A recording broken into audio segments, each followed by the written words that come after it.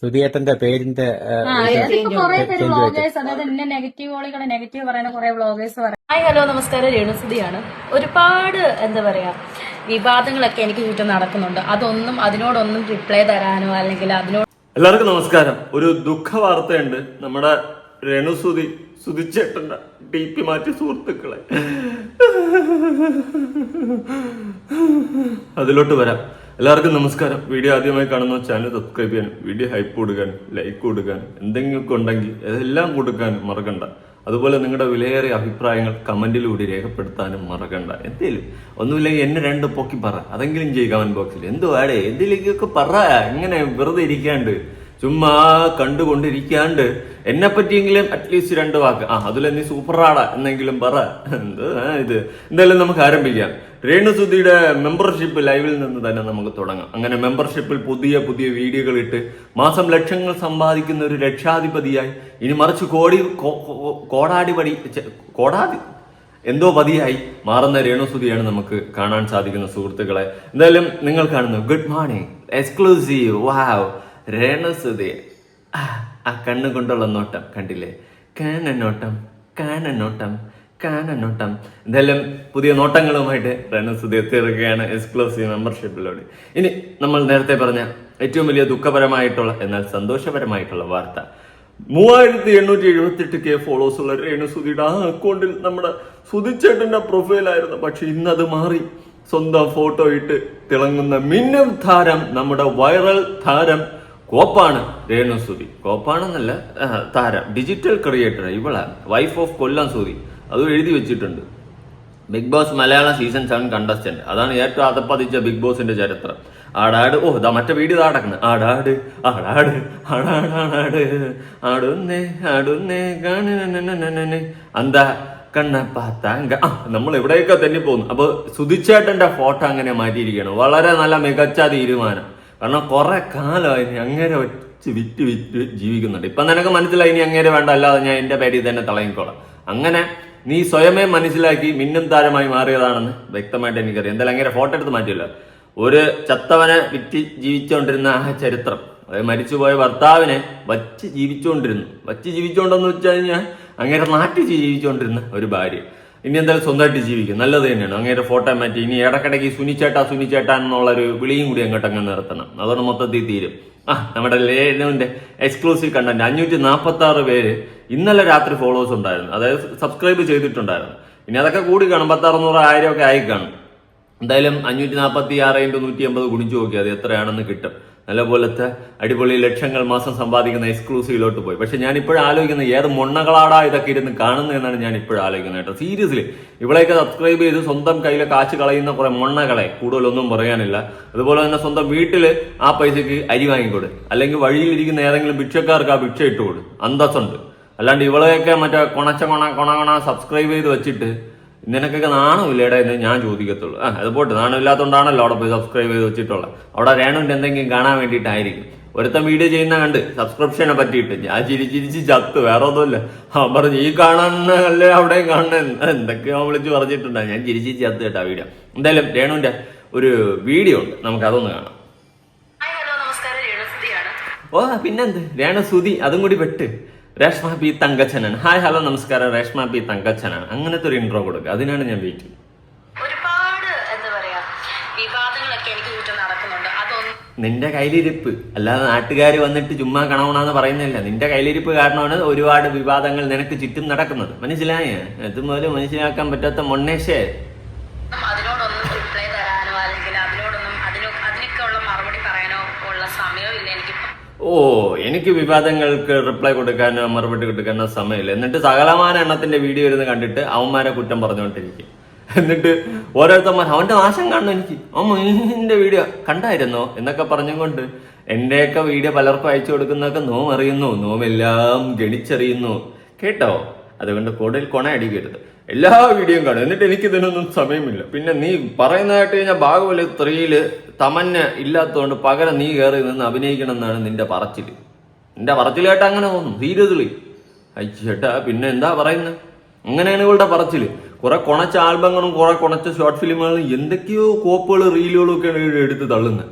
ഇതിനൊന്നും നിനക്ക് സമയമില്ലെന്ന്. Big boss ചരിത്രത്തിൽ നിന്ന് ഇറങ്ങിയിട്ട് ഇത്രയും കേടുകെട്ട രീതിയിൽ മുന്നോട്ട് കരിയർ കൊണ്ടുപോകുന്ന ഒരേ ഒരു സാധനം നീ മാത്രമേ ഉള്ളൂ കേട്ടാ, സത്യം. ബാക്കി എല്ലാവരും ഗതി പിടിക്കാതെ അങ്ങ് അണഞ്ഞു പോയെങ്കിലും പോയെന്ന് അങ്ങ് വെക്കാം. പക്ഷെ ഇത്രയും കേടുകെട്ട രീതിയിൽ കരിയർ കൊണ്ടുപോകുന്നത് റണാസുണം മാത്രം. അതിനുള്ള അവസരത്തിലല്ല രേണുസുതി വന്നത്. കുറെ പേരുടെ എന്താ പറയാ പ്രശ്നം, രേണു മാത്രം മതി, സുതി മാറ്റം. എന്റെ ഹസ്ബൻഡാണ് സുതിച്ചേട്ടൻ.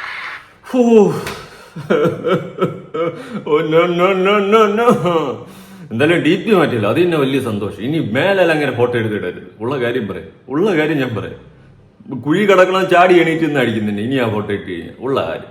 ഇനി നിന്റെ ഭർത്താവാണ് സുധിയേട്ടൻ. ഇവൻ ഇങ്ങനെ ചത്തത് നന്നായി, അല്ലാതെ ചത്തിരുന്നെങ്കിൽ എനിക്ക് ഇങ്ങനെ റീച്ച് കിട്ടില്ലായിരുന്നെന്ന് പറഞ്ഞ ഭാര്യയാണ് നീ. നീ കൂടുതൽ കൊണ അടിക്കരുതേ റണാസുണേ. ഇതെന്റെ ഒറിജിനൽ വിവാഹ സർട്ടിഫിക്കറ്റ് ആണ്. ഇവളുടെ സർട്ടിഫിക്കറ്റ് കണ്ടിട്ട് വേണം നമുക്കിനി കൊണയടിക്കാൻ.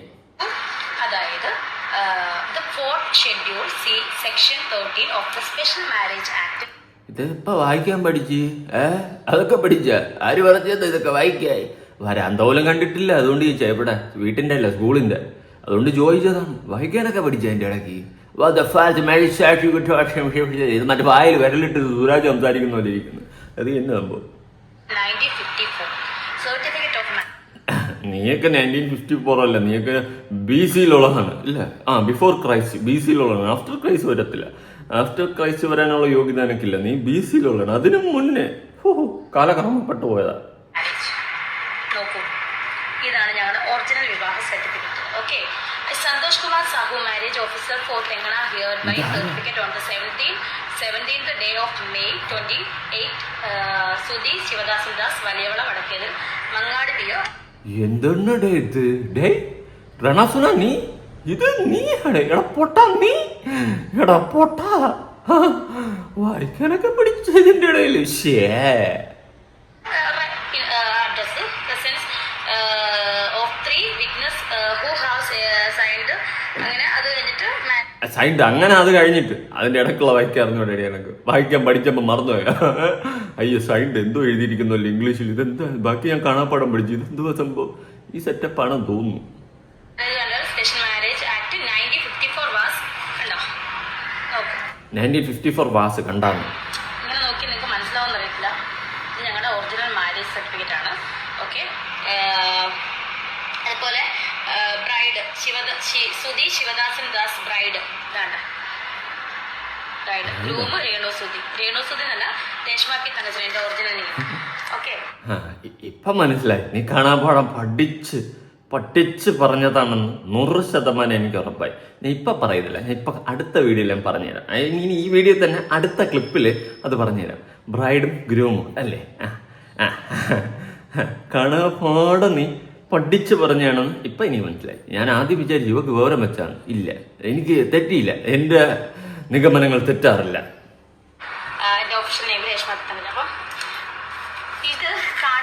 ആ പേരെടുത്തിട്ട് രസ്മ പങ്കച്ചൻ, അത് മതി. റോണസുത്ത് വേണ്ട. സുത്തി ഫോട്ടോ വെട്ടിയതുപോലെ പേര് വെട്ടോ. എന്താന്ന് ചോദിച്ചാൽ ഞങ്ങളുടെ വിവാഹ സർട്ടിഫിക്കറ്റ്, ഒറിജിനൽ വിവാഹ സർട്ടിഫിക്കറ്റ് ആണ് ഞങ്ങളുടെ. മനസ്സിലായി? അപ്പം എനിക്ക് എന്തുകൊണ്ടും അവകാശമുണ്ട് സുധിച്ചേട്ടന്റെ പേര് പറയാൻ. ഇപ്പോഴും കൊല്ലം സുധിച്ചേട്ടന്റെ വൈഫാണ് ഞാൻ. സോ രേഷ്മ പി തങ്കച്ചൻ എന്ന രേണു സുധിക്ക് എന്നും, അതായത് സുധിച്ചേട്ടന്റെ ഭാര്യ ആയിരിക്കുന്നിടത്തോളം കാലം സുധിച്ചേട്ടന്റെ അങ്ങനെ മരിച്ച് ചീഞ്ഞളിഞ്ഞു പോയി. എന്നിട്ട് സുധിച്ചേട്ടന്റെ ഭാര്യ ആയിരിക്കണം തോളം കള്ളം പോടെ ഹെയർ ഹോസ്റ്റസ് പേര് യൂസ് ചെയ്യാനുള്ള അവകാശം എനിക്ക് ഓൾറെഡി ഇന്ത്യൻ ആക്ട് പ്രകാരം, സ്പെഷ്യൽ ആക്ട്, മാരേജ് ആക്ട് പ്രകാരം എനിക്ക് തന്നിട്ടുള്ള അവകാശമാണ്. മനസ്സിലായോ? അപ്പം നിങ്ങൾ കുറച്ചൊന്ന് അടങ്ങും കേട്ടോ. എന്നെ അങ്ങോട്ട് ഭരിക്കാൻ, ഒരുപാട് അങ്ങോട്ട് സൂചിച്ചേട്ടന്റെ പേര് മാറ്റടി എന്ന് പറഞ്ഞാൽ ഭരിക്കാൻ വരണ്ട. അവകാശം അപരാധമാക്കി മാറ്റിയിട്ട് ഇൻസാണ്.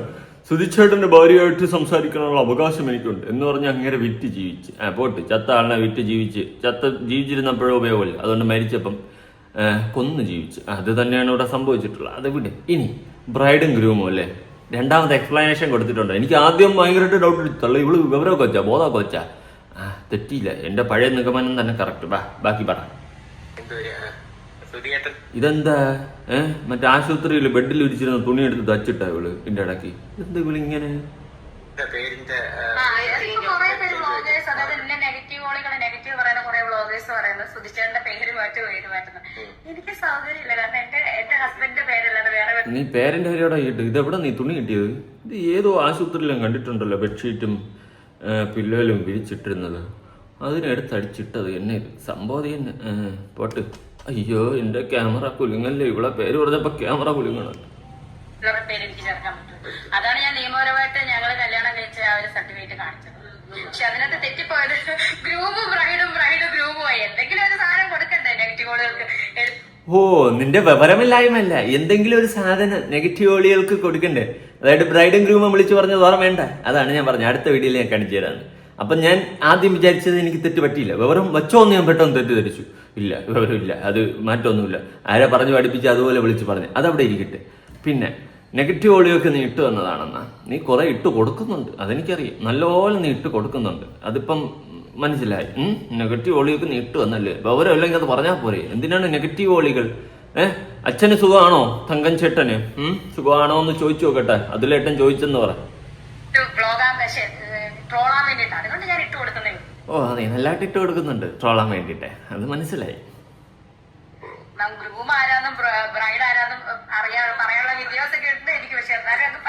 അതെ, അതിനുള്ള വിദ്യാഭ്യാസം ബോധം അവരൊന്നും എനിക്ക് ഇല്ലെന്ന് എനിക്ക് മനസ്സിലായി. കാരണം ആരോ പറഞ്ഞു പഠിപ്പിച്ചെന്ന് അതുപോലെ വിളിച്ചു പറഞ്ഞു, അതിൽ തെറ്റിപ്പോയി. അത്രേ ഉള്ളൂ. അത് ഇനി പഠിപ്പിച്ചെന്നവന് വിവരമില്ലാതെ അവൻ വേറെ വല്ലതും പഠിപ്പിച്ചെന്നാണോ എന്ന് എനിക്കറിയത്തില്ല. എന്തായാലും കൊള്ളാം. ആകെ മൊത്തം ചളവ് കുളമായ സ്ഥിതിക്ക് ഇനി കിടന്ന് മെഴുക്. എന്റെ മെഴുകലൊന്ന് കാണട്ടെ. ആ,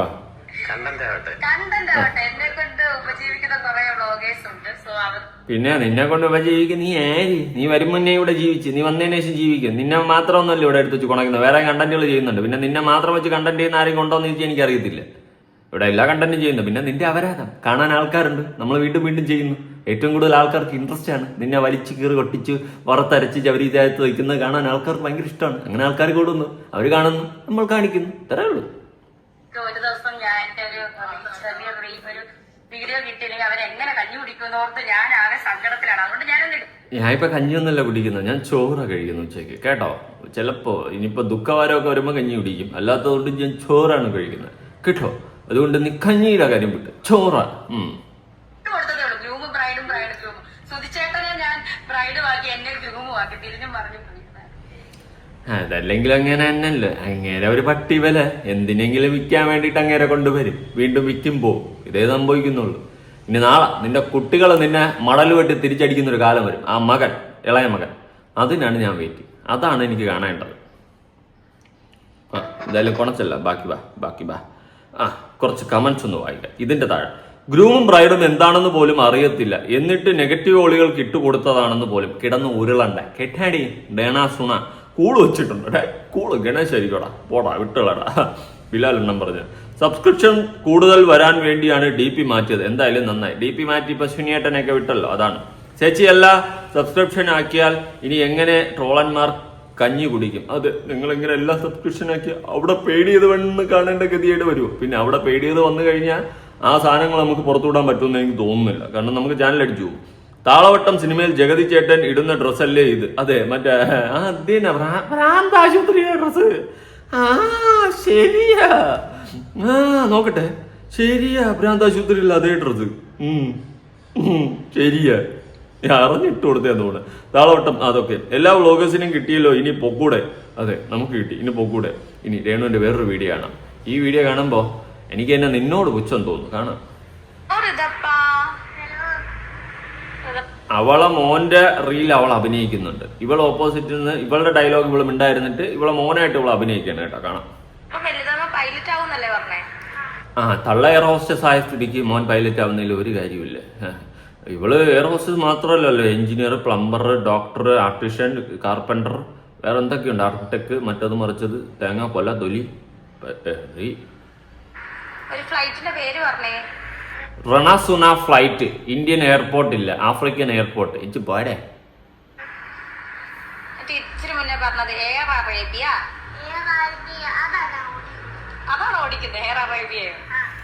ഇല്ല, റണസുനയുടെ സ്വന്തം ഫ്ലൈറ്റ് ആണ് ഓൻ ഇനി ഓടിക്കാൻ പോകുന്നത്. പണ്ട് റൊണാൾഡോ താൻ പഠിച്ചിരുന്ന സ്കൂള് വാങ്ങിച്ചെന്നും എയർപോർട്ട് വാങ്ങിച്ചെന്നും ഒക്കെ പറയുന്ന ഒരു കഥയുണ്ടല്ലോ. അതുപോലെ തന്നെ രേണുസുധീന് താൻ പഠിച്ചിരുന്ന എയർ ഹോസ്റ്റസ് ആയിരുന്ന എയർപോർട്ടിനെ അങ്ങ് വാങ്ങാൻ പോവുകയാണ്. അത്രയ്ക്ക് സെറ്റ്. ഒന്നുകൂടെ പറഞ്ഞു. എന്തോ കൊച്ചിന്റെ വില കളയാനായിട്ട് പാവം കൊച്ച്. ഇതെല്ലാം കൊച്ചു നിന്നെ മടലോട്ട് അടിക്കുന്ന ഒരു കാലം വരും. അന്ന് നീ പഠിക്കും. നീ കാട്ടിക്കൂട്ടിയ ഈ അപരാധങ്ങൾക്ക് ഉള്ള തിരിച്ചടിയായിട്ട് നീ അന്ന് പഠിക്കും. ആ കൊച്ച് വളരുമ്പോ നീ ഇതിനെല്ലാം എണ്ണി തുടങ്ങും. ചിലപ്പോൾ പബ്ലിക്കിന്റെ മുന്നിൽ ആ കൊച്ചു നിന്നെ സപ്പോർട്ട് ചെയ്ത് നിന്നാലും നീ ഇതിനുള്ള തിരിച്ചടി നിനക്ക് കിട്ടും. അന്ന് നീ പഠിക്കണ്ടേണോ സോണേ, ഈ ഉണ്ടാക്കുന്നത് ഈ കുണയ്ക്കുന്നതൊന്നും ഒരർത്ഥമോ അല്ലാത്ത കാര്യങ്ങളാണെന്ന് അന്ന് നീ മനസ്സിലാക്കും. ഇനി മറ്റേ ഒരു സ്പായുടെ വീഡിയോ ആണ്, ഇതാരും കണ്ടിട്ടുണ്ടാകാൻ ചാൻസ് ഇല്ല, ഞാനൊന്ന് കാണിക്കാം.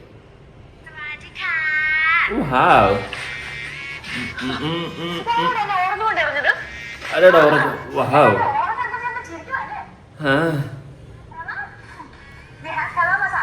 മസാജിന് പോവാ. കേറട്ടെ. ഓക്കെ, അങ്ങനെ സ്പായുടെ റിവ്യൂ ഒക്കെ ചെയ്ത് കയറിയിരിക്കുകയാണ് റണാസുണ. നല്ല കാര്യം, നല്ല കാര്യങ്ങൾ. വാവ്, നോക്കട്ടെ സ്പായിൽ എന്തൊക്കെയാണ് കാട്ടിക്കൂടുക. ഇതെന്താ പുല്ലിട്ട് വെച്ചിരിക്കണ? നല്ല ഡെക്കറേഷനൊക്കെ കൊള്ളാം. മുന്നിൽ നിൽക്കുന്നതിനൊന്ന് മാറ്റിയിട്ടെങ്കിൽ ബാക്കിലുള്ള രൂപം കാണാമായിരുന്നു. സത്യം. എന്തൊക്കെ കാര്യമായിട്ട് പറയുന്നുണ്ട്. നിന്നെ പതപ്പിച്ച് കിടത്തും മിക്കാറും അവരെല്ലാവരും കൂടി. പിന്നെ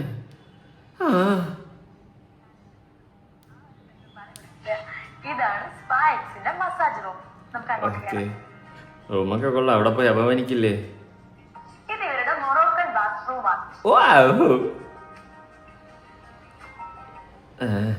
അവിടെ ഒരു വൃത്തികേട് മാത്രമേ ഉള്ളൂ. എന്താണെന്ന് നിങ്ങൾ കമന്റ്, ഞാൻ പറയുന്നില്ല. എന്തൊക്കെയോ കാര്യമായിട്ട് പറയുന്നുണ്ട്.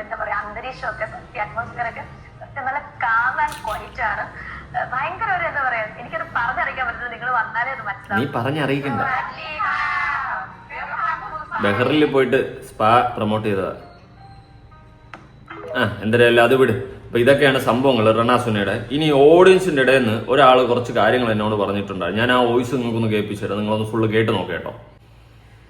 സീറ്റ് ബെൽറ്റ് വീഡിയോ ഇട്ട് പിന്നെയും വന്നിട്ടുണ്ട്. എനിക്കൊന്നും ഇപ്പോൾ റീച്ച് ഇല്ലാന്ന് തോന്നുന്നു. ഇപ്പോൾ കുറച്ച് ദിവസം ഇട്ട് അതാന്ന് തോന്നുന്നു. പിന്നെയും ഈ സീറ്റ് ബെൽറ്റ് ആയിട്ട്, അതായത് ആൾക്കാരിലേക്ക് ഇട്ട് കൊടുക്കണേണ് ഓരോന്ന്.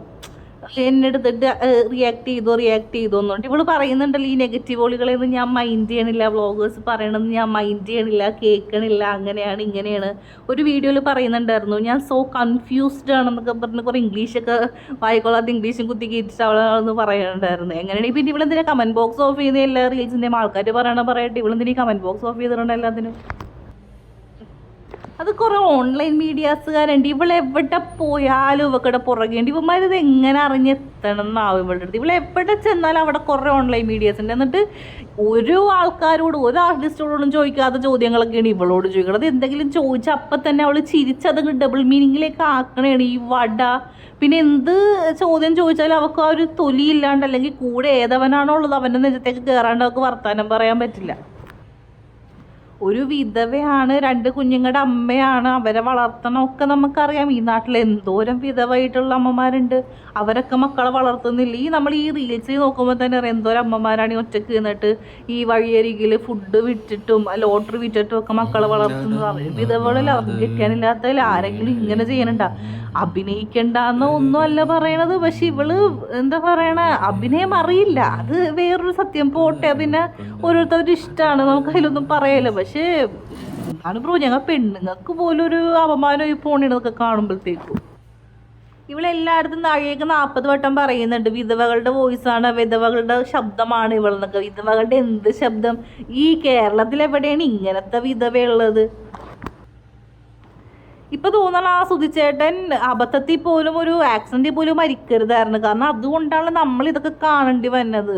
പുള്ളി ഉണ്ടായിരുന്നെങ്കിൽ പുള്ളിക്ക് മാത്രം സഹിച്ചാൽ മതി. അതായത് ഇപ്പൊ നമ്മ നാട്ടുകാരല്ലേ കാണുന്നത്. എത്ര നോട്ട് ഇൻട്രസ്റ്റഡ് വീഡിയോസ് ഇവക്കടെ അടിച്ചിട്ടുണ്ട്.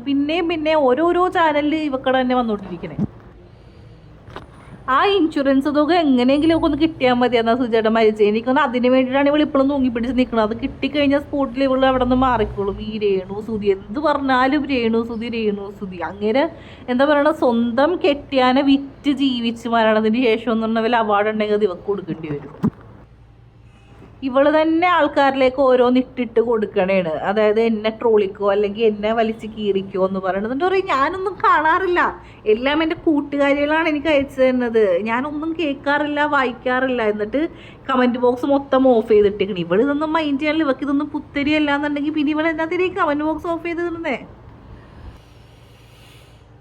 ഇവളീ കാണിക്കണൊക്കെ നല്ല രീതിക്ക് ആ കുഞ്ഞുങ്ങളെ ബാധിക്കും. ഇപ്പോഴും ആ കുഞ്ഞുങ്ങൾ പഠിക്കണ ഇപ്പൊ കിച്ചുവിന്റെ കേസ് നമുക്ക് അറിയില്ല, അവനെന്താണ് ഇത്രയും അവനെല്ലാം മനസ്സിലാക്കാനുള്ള ബോധം ഉണ്ടല്ലോ, എന്നിട്ട് അവനെന്താ മിണ്ടാത്തേന്ന് നമുക്ക് അറിയത്തില്ല. പക്ഷെ ഋതപ്പൻ എന്ന് പറഞ്ഞാൽ അവൻ കുഞ്ഞാണ്, അവനൊന്നും മനസ്സിലാക്കാറായിട്ടില്ല. പക്ഷെ അവൻ ഒരു സ്റ്റേജ് എത്തി വലുതായി എല്ലാം മനസ്സിലാവുന്ന പ്രായമാകുമ്പോൾ അവൻ തന്നെ ഈ തള്ളനെ ചവിട്ടി പുറത്താക്കും, വേണമെങ്കിൽ കൊണ്ടുപോകും, ആർക്കിച്ച് തുപ്പും വേണമെങ്കിൽ അവക്കടെ മുഖത്ത്.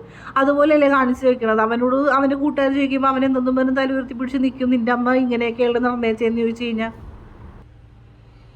ഇവള് കഴിഞ്ഞ സീറ്റ് ബെൽറ്റ് വീഡിയോ ഇറക്കിയ സമയത്ത് അതിൻ്റെ അകത്ത് ആരോ കമൻറ്റ് ചെയ്തിട്ടുണ്ട്, സജഷൻ പോലെ ഇവളെ സപ്പോർട്ടർ കമൻറ്റ് ചെയ്തിട്ടുണ്ടായിരുന്നു, രേണു ഇത് ശ്രദ്ധിക്കണം കേട്ടോ എന്ന് പറഞ്ഞപ്പോൾ അവള് തിരിച്ച് കമൻറ്റ് ഇട്ടായിരുന്നല്ലോ ശ്രദ്ധിച്ചോളാം എന്ന് പറഞ്ഞിട്ട്. എന്നിട്ട് ഇതാണ് ഇവക്കടെ ശ്രദ്ധ, വീണ്ടും സീറ്റ് ബെൽറ്റ് മാറ്റിയിട്ട് നമ്മളെ മറ്റേത് കാണിച്ചു കൊടുക്കലാണ് ശ്രദ്ധ.